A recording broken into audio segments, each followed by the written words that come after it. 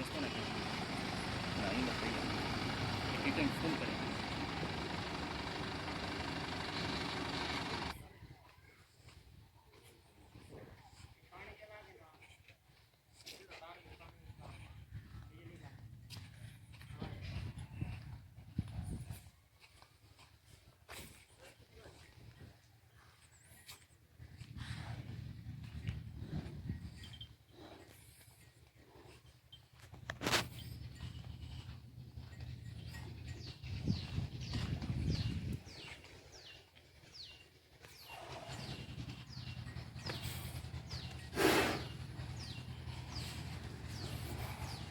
آج کی اس ویڈیو میں ہم ریپیٹ بریڈنگ کے بارے میں ڈاکٹر صاحب سے سوالات کریں گے. ڈاکٹر صاحب ان سوالات کے جواب دیں گے اور ساتھ ساتھ ان کے علاج کے بارے میں ہمیں آگاہ کریں گے.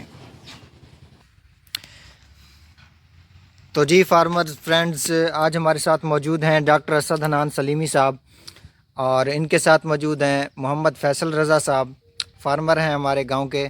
تو آج ڈاکٹر صاحب سے ٹائم لیا ہے، ان سے ہوں گے کچھ سوالات. آج کا جو ہمارا موضوع ہے وہ ہے ریپیٹ بریڈنگ. ریپیٹ بریڈنگ کے بارے میں ڈاکٹر صاحب سے فیصل بھائی سوالات پوچھیں گے اور وہ ان کے جوابات دیں گے، اور جوابات دینے کے ساتھ ساتھ ان کا علاج اور ادویات بھی تجویز کریں گے. تو شروع کرتے ہیں جی فیصل صاحب. السلام علیکم ڈاکٹر صاحب. وعلیکم السلام. ٹھیک ہیں آپ؟ خیریت؟ الحمدللہ پاک شکر ہے. طبیعت سے ٹھیک ہے؟ زبردست، سب زبردست. تو ڈاکٹر صاحب ہمیں دو تین آپ بتائیں، اس کا جو ریپیٹ بریڈنگ ہوتی ہے نا، اس کا کیا طریقہ کار ہے؟ جانور تنگ کرتے ہیں ہمیں بہت زیادہ، جی ریپیٹنگ کرتے ہیں. جی سب سے پہلی بات یہ ہے کہ ریپیٹ بریڈنگ کے بارے میں جاننا ہمارے لیے بہت زیادہ ضروری ہے، کیونکہ دیکھیں پاکستان دنیا کا 5واں بڑا ملک ہے دودھ پیدا کرنے میں، اور جہاں اور بہت سارے مسائل ہیں وہاں پر سب سے امپورٹنٹ مسئلہ جو ہے وہ ریپیٹ بریڈنگ کا ہے. صحیح ہے. ریپیٹ بریڈنگ اس کو کہتے ہیں کہ آپ جانور کو بار بار جو ہے وہ بیج رکھواتے ہیں یا اس کو قدرتی طور پہ بریڈ کرواتے ہیں. جی. تو کچھ عرصے کے بعد وہ پھر وہ ریپیٹنگ ریپیٹ کر جاتا ہے، وہ پھر ہیٹ میں آ جاتا ہے، وہ رکتا ہی نہیں ہے، مطلب کہ وہ پریگننٹ یا گبن نہیں ہوتا. ہاں جی. اب یہ فارمر کے لیے سب سے بڑا چیلنج ہے، اس کو کس طرح ٹیکل کیا جائے، اس کو کیسے ہینڈل کیا جائے. جی. زیادہ تر اس کا طریقہ کار یہ ہے کہ مینجمنٹل اس میں پریکٹسز ہیں، ہم مینجمنٹ سے ہی اس کو ٹھیک کر سکتے ہیں. اور اس سے ہمیں نقصان کیا ہوتا ہے؟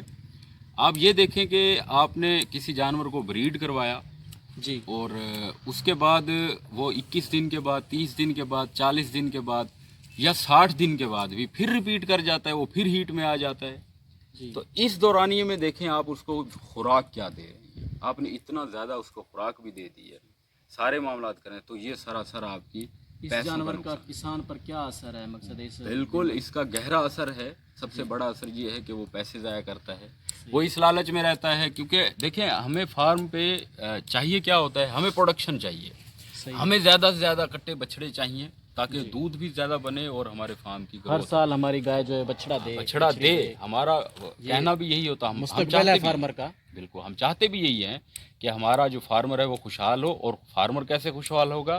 جب سال سے اس کا ہر سال اس کا بچڑا بچڑی پیدا ہو، اور تاکہ اس کے زیادہ پیسے نہ لگیں اس چیز کے اوپر، وہ خالی گائے کو کھلاتا رہے، سراسر اس کا نقصان ہے. تو اور آپ کا کیا سوال ہے؟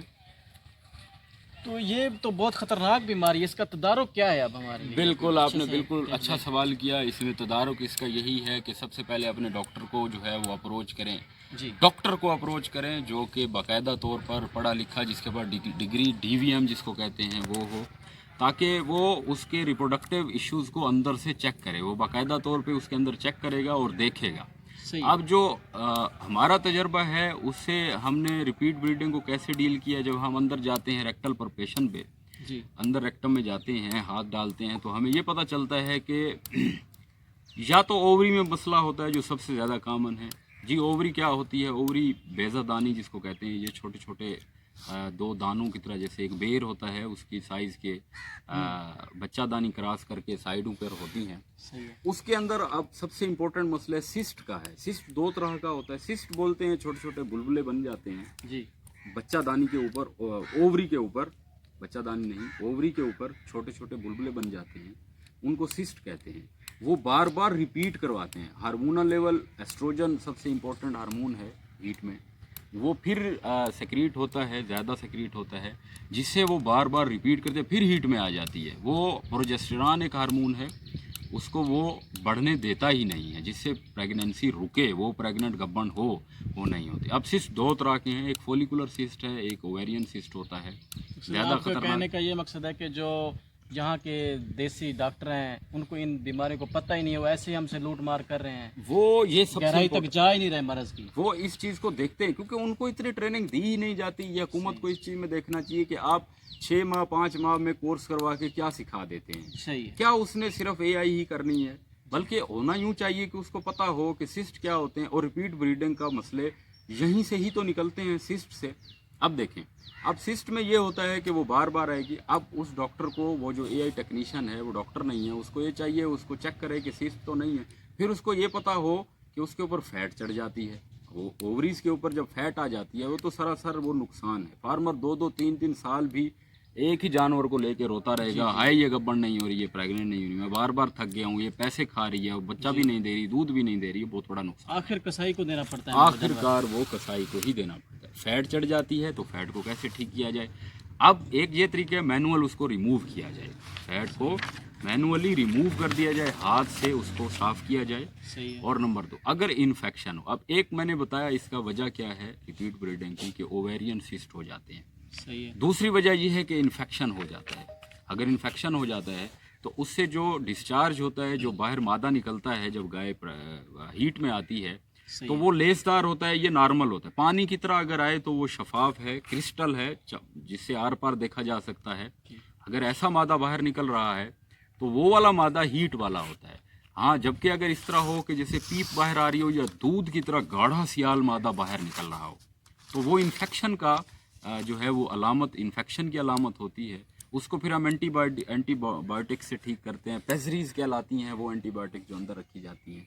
हम यूटीनॉल, एक लंबी सारी गोली आती है, एक टेबलेट है, यूटीनॉल रखते हैं उसके अंदर, तो इन्फेक्शन को ऐसे ठीक करते हैं।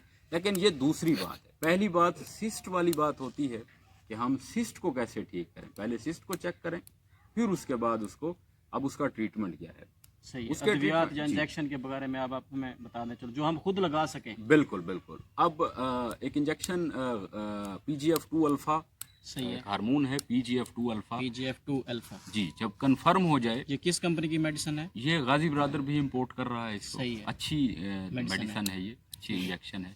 PGF2 अल्फा का इंजेक्शन लगाया जाए, जिससे वो पहले सिस्ट को ब्लॉक करेगा, सिस्ट को तोड़ेगा। अगर कोई कार्पस ल्यूटियम बना हुआ कार्पस ल्यूटियम बन जाता है, वो हटता नहीं है, परसिस्टेंट रहता है, मुसलसल रहता है, वो उसको तोड़ेगा। PGF2 अल्फा पहले उसको तोड़ेगा, फिर जब वो ख़त्म हो जाएगा, फिर उसके बाद उसको हीट में लेके आने के लिए साइक्लोमेट, एक इंजेक्शन भी है, पाउडर भी आता है, हीट में लेके आने के लिए साइक्लोमेट लगाएं, फिर वो हीट में आएगी।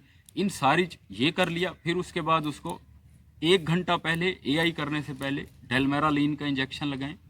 1 घंटा पहले डेलमेरालीन का इंजेक्शन लगाएं, अच्छा। और फिर AI करें सही है। 1 घंटे बाद, फिर 12 घंटे के बाद फिर डेलमेरालीन का इंजेक्शन लगाएं। डेलमेरालीन का दूसरी इंजेक्शन, दफा फिर डेलमेरालीन। डेलमेरालीन वो का कहाँ इंजेक्शन। लगना है इंजेक्शन? ये गोश्त के अंदर लगेगा। तो अच्छा। इससे इंशाल्लाह जो है वो गाय जो है, या आपकी भैंस जो है, वो रिपीट नहीं होगी और वो प्रेग्नेंट हो जाएगी है इंशाल्लाह। ये इंशाल्लाह इसका बहुत अच्छा तदारुक है हमारे एक्सपीरियंस के मुताबिक।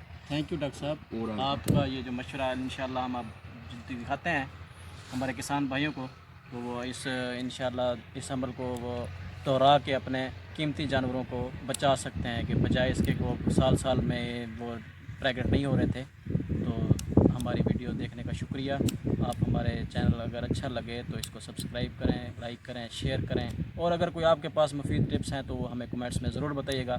Thank you. अल्लाह हाफ़िज़।